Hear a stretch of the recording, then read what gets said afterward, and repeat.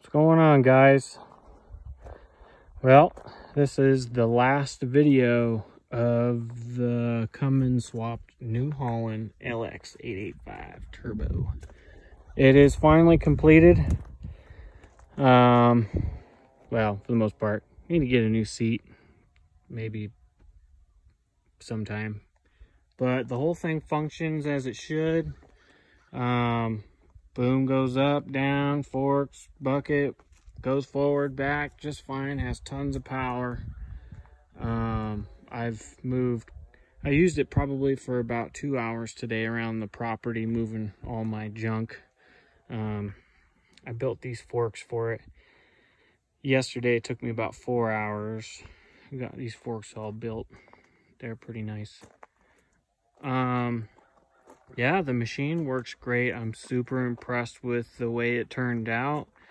I wouldn't really change too much of what I did and had to do to make it work. It runs really well. I don't think I've ever even bumped it past a quarter throttle yet. I don't really need to make it haul ass, you know.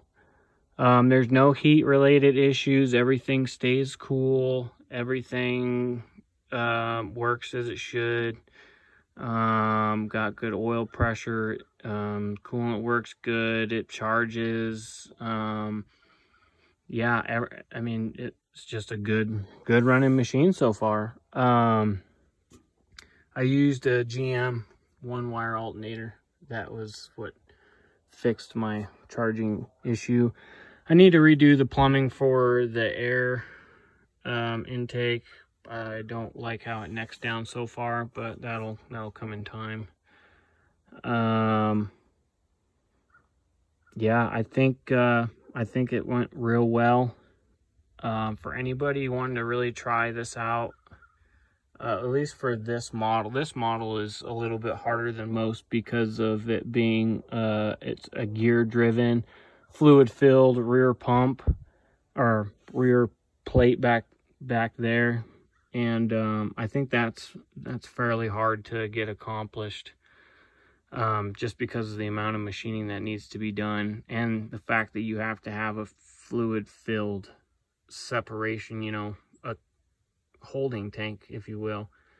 Most other machines, you know, they have like it's either a spline or a coupler of some sort that goes directly to the flywheel of the engine. That is way easier. This machine does not have that, and it was a lot harder to do in that aspect than most.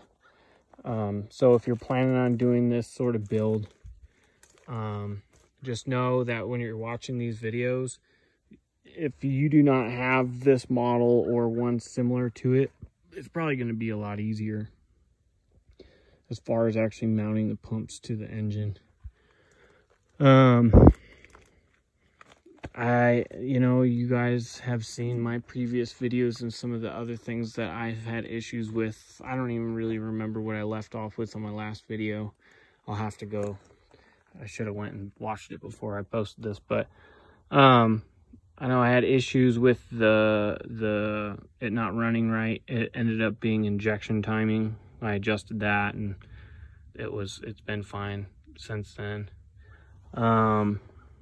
The fuel tank is doing good. I was concerned about how small the tank was, but so far it's been doing really good. You know, I've ran it probably 4 hours, and I've used, you know, I could probably put in a gallon or maybe 2 gallons of fuel in it.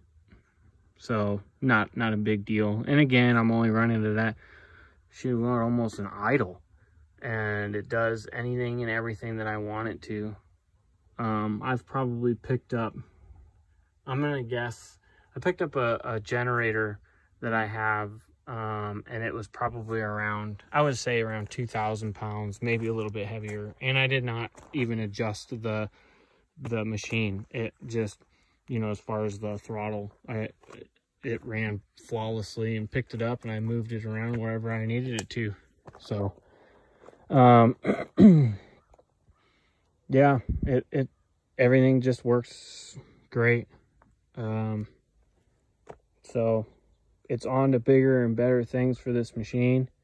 I appreciate everyone that's followed me through the build, given me, you know, input on the do's and don'ts of this whole thing. That it's really helped me along.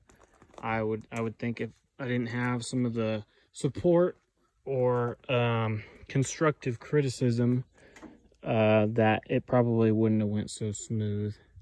But yeah, I'm happy with the machine and how it's been working, and I'll keep running it and keep making more attachments and doing more things to it for it.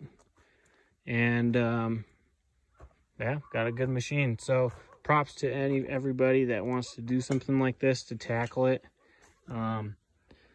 Watch some of my other videos. If you have any questions or anything, feel free to ask me. If you are not a member of my Repowered Equipment page on Facebook, I invite you to become a member.